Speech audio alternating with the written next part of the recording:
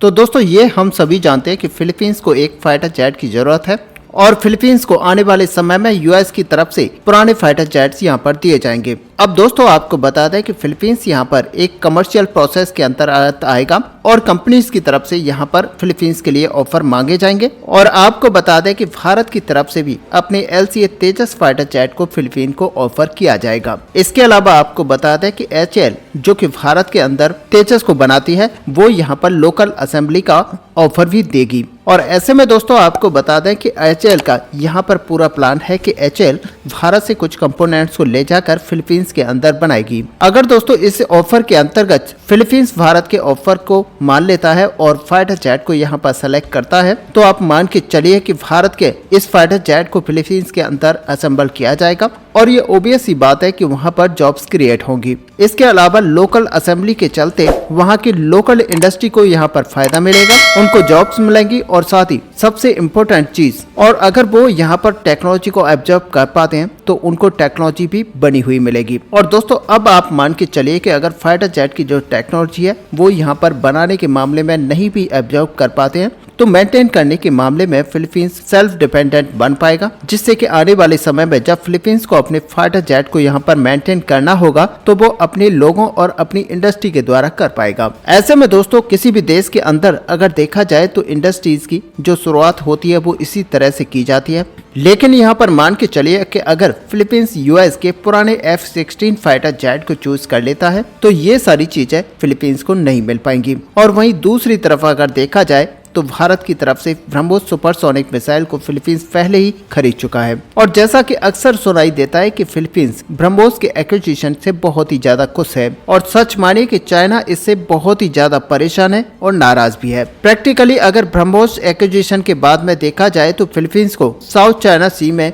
बुली करना काफी मुश्किल है। हालांकि हम लोग सभी चाइना को जानते हैं कि फिर भी वो लोग यहाँ पर उकसाते रहेंगे, लेकिन फिर भी अब फिलीपींस की तरफ से भारत के तेजस को लेकर यहाँ पर देखा जा रहा है कि भारत के तेजस को लेने में फिलीपींस यहाँ पर इंटरेस्टेड है। ऐसे में दोस्तों आपको बता दें कि तेजस के अंदर भारत की तरफ से NG मिसाइल को भी ऑफर किया जाएगा, जो एक सबसे ज्यादा हवा टू हवा में मार करने वाली घातक मिसाइल होने वाली है। और सच मानिए कि ब्रह्मोस NG प्लस यहाँ पर तेजस फाइटर जेट का जो कॉम्बिनेशन होगा वो बहुत ही ज्यादा घातक होगा और ऐसे में फिलीपींस यहाँ पर इसी कॉम्बिनेशन को लेना चाहेगा। ऐसे में दोस्तों आपको बता दें कि ब्रह्मोस NG एक हल्की मिसाइल सिस्टम होगा जो LCA तेजस के ऊपर काफी आसानी से माउंट की जा सकेगी और एक तेजस एयरक्राफ्ट ऐसी 2 मिसाइलों को कैरी कर पाएगा। ब्रह्मोस NG लगभग 300 किलोमीटर तक की दूरी पर अपने टारगेट को ध्वस्त करेगी और आपको बता दें कि ये सुपरसोनिक क्रूज मिसाइल होगी और खास करके देखा जाए तो ये ब्रह्मोस मिसाइल की तरह ही तेज होगी, जिसकी वजह से इसको इंटरसेप्ट कर पाना बहुत ही ज्यादा मुश्किल होगा।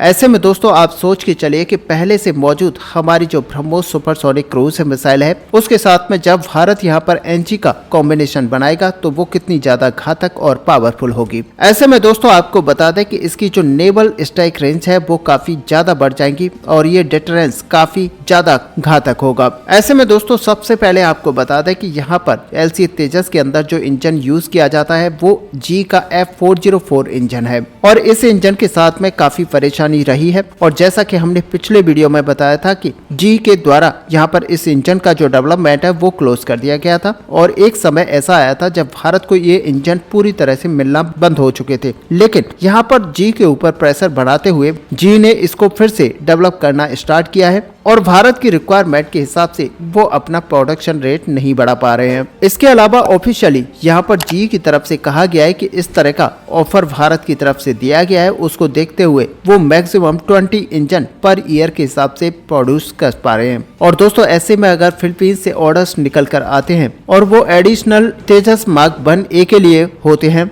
तो भारत यूएस के साथ में एक लोकल असेंबली का ऑप्शन भी रख पाएगा। और जैसा कि पहले यहाँ पर अपडेट आया था कि G कंपनी भारत के अंदर ही F404 इंजनों को डेवलप करने की बातें यहाँ पर कर रही है। और ऐसे में दोस्तों आपको पता है कि G F414 इंजन की यहाँ पर लोकल असेंबली बनाई जानी है। इसी के साथ में अगर G कंपनी F404 इंजन की भी लोकल असेंबली भारत के अंदर बनाकर तैयार कर देती है और यहाँ पर इंजन को डेवलप किया जाता है तो फिर ऐसे में हमारे पास तेजस तेजस को एक्सपोर्ट करने का एक बड़ा मौका होगा, जहां पर हमें तेजस के लिए इंजनों की पर्याप्त मात्रा में डिलीवरी मिल रही होगी, जिसके तहत हम भी अपनी प्रोडक्शन लाइन को यहां पर और ज्यादा बढ़ाते हुए इंजन की ज्यादा डिलीवरी लेते हुए तेजस को कुछ की संख्या में दूसरे देशों को एक्सपोर्ट करने में कैपेबल हो जाएंगे। लेकिन दोस्तों यहाँ पर सबसे इम्पोर्टेंट चीज है कि यहाँ पर क्या किया जा सकेगा। दरअसल आपको बता दें कि जब तक ये असेंबली यहाँ पर बनकर तैयार नहीं हो जाती, F414 इंजन का यहाँ पर डेवलपमेंट स्टार्ट नहीं हो जाता, तब तक जी यहाँ पर F404 इंजन को डेवलपमेंट को लेकर बातें आगे नहीं करेगा। और इसी को लेकर अब ये परेशानी बनी हुई है कि भारत को पर ईयर यहाँ पर 20 इंजन ही सप्लाई दिए जा सकते हैं, जिसकी वजह से भारत खुद के अगर फाइटर जेट्स को डेवलप करना भी चाहता है तो भी वह 20 से ज्यादा फाइटर जेट पर ईयर के हिसाब से डेवलप नहीं कर पाएगा। और ये सबसे बड़ी परेशानी आज की डेट में बनी हुई है, जिसके चलते भारत चाहकर भी अगले 4 साल तक किसी भी फाइटर जेट को एक्सपोर्ट नहीं कर पाएगा, क्योंकि भारत को खुद अपने वायुसेना के लिए इन फाइटर जेट को डेवलप करना है। ऐसे में दोस्तों अगर देखा जाए तो ब्रह्मोस एनजी के साथ में LCA तेजस एक बहुत ही क्रेडिबल ऑप्शन है। और क्योंकि भारत यहां पर पहले से ही ब्रह्मोस सुपरसोनिक मिसाइलों को यूज करता है, साथ ही फिलीपींस को भारत इन मिसाइलों को ऑफर कर चुका है और फिलीपींस के अंदर ये भारतीय मिसाइलें एक्सपोर्ट हो चुकी हैं। तो ऐसे में यहाँ पर माना जा सकता है कि फिलीपींस भारत के तेजस के साथ जाना पसंद करेगा, क्योंकि भारत के तेजस के साथ ही फिलीपींस को यहाँ पर NG मिसाइल भी मिलेगी, जो कि रफ्तार में बहुत ही ज्यादा घातक होगी। और इसकी वजह से हमारा जो LCA तेजस है वो बहुत ही ज्यादा घातक बन जाएगा। और दोस्तों दूसरी तरफ वही देखा जाए कि एयरक्राफ्ट की जो लोकल असेंबली का ऑफर भारत की तरफ से फिलीपींस को दिया जा रहा है, वो यहाँ पर और भी ज्यादा अटैक करेगा। और अब दोस्तों यहाँ पर पूरी तरह से ये डिपेंड करेगा फिलीपींस के ऊपर कि क्या वो भारत के LCA तेजस के साथ जाना चाहेंगे या फिर अमेरिका के पुराने हो चुके F-16 लड़ाकू विमानों के साथ जाना चाहेंगे। और दोस्तों इसके साथ ही अब यहाँ पर एक और बड़ा डेवलपमेंट देखा जा रहा है। ऐसे में दोस्तों आपको पता होगा कि वायु शक्ति एक अभ्यास एक्सरसाइज की जा रही है, जो कि भारत के अंदर एक ऐसे हथियार का यहाँ पर प्रदर्शन किया गया है, या फिर ऐसे कहें कि अपने एक ऐसे हथियार का दमखम यहाँ पर पूरी दुनिया को दिखाया गया है, जिस पर भारत के सबसे बड़े मित्र रूस को भी यहाँ पर विश्वास नहीं होगा। दरअसल दोस्तों आपको बता दें कि भारत ने बड़ी सफलता से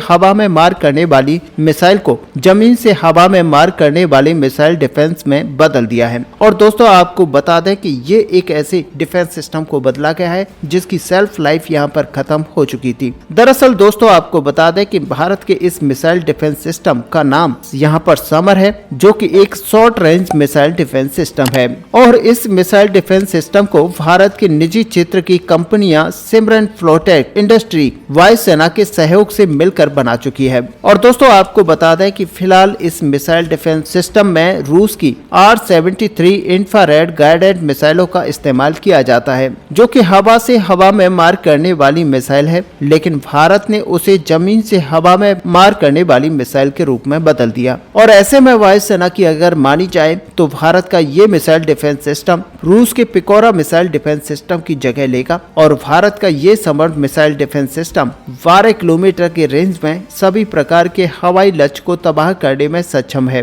और खास करके आजकल के कम ऊंचाई पर उड़ने वाले ड्रोन हथियारों के खिलाफ यह मिसाइल डिफेंस सिस्टम काफी ज्यादा प्रभावशाली साबित हुआ है। यानी कि दोस्तों अब देखा जाए तो दुश्मन का ड्रोन हथियार हो या फिर मिसाइल हो, कोई भी इस एयर डिफेंस सिस्टम की पहुंच से नहीं बच पाएगा। तो दोस्तों कुल मिलाकर अगर देखा जाए तो भारतीय वैज्ञानिकों की तरफ से ये एक बड़ा दमखम दिखाया गया है, जिसके चलते भारत ने इस तरह का काम करके दिखा दिया है। ऐसे में दोस्तों इस बड़े टॉपिक को लेकर आपका यहाँ पर क्या व्यू है, आप अपना व्यू हमें कमेंट में लिखकर जरूर बताएं। साथ ही अगर वीडियो आपको अच्छी लगी हो तो लाइक और शेयर करना ना भूलें। मिलते हैं नेक्स्ट वीडियो में, तब तक के लिए जय हिंद जय भारत।